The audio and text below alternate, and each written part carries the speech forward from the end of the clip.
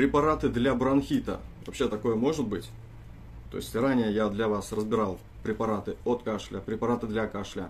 Обозначил их принципиальную разницу, когда они могут вам помочь, когда они все-таки вредят и могут усугубить состояние. А сегодня совершенно неожиданная тема для меня, ну, наверное, и для вас. Это препараты, которые могут спровоцировать бронхит. То есть на второй-третий день состояние действительно может усугубиться при приеме этих препаратов.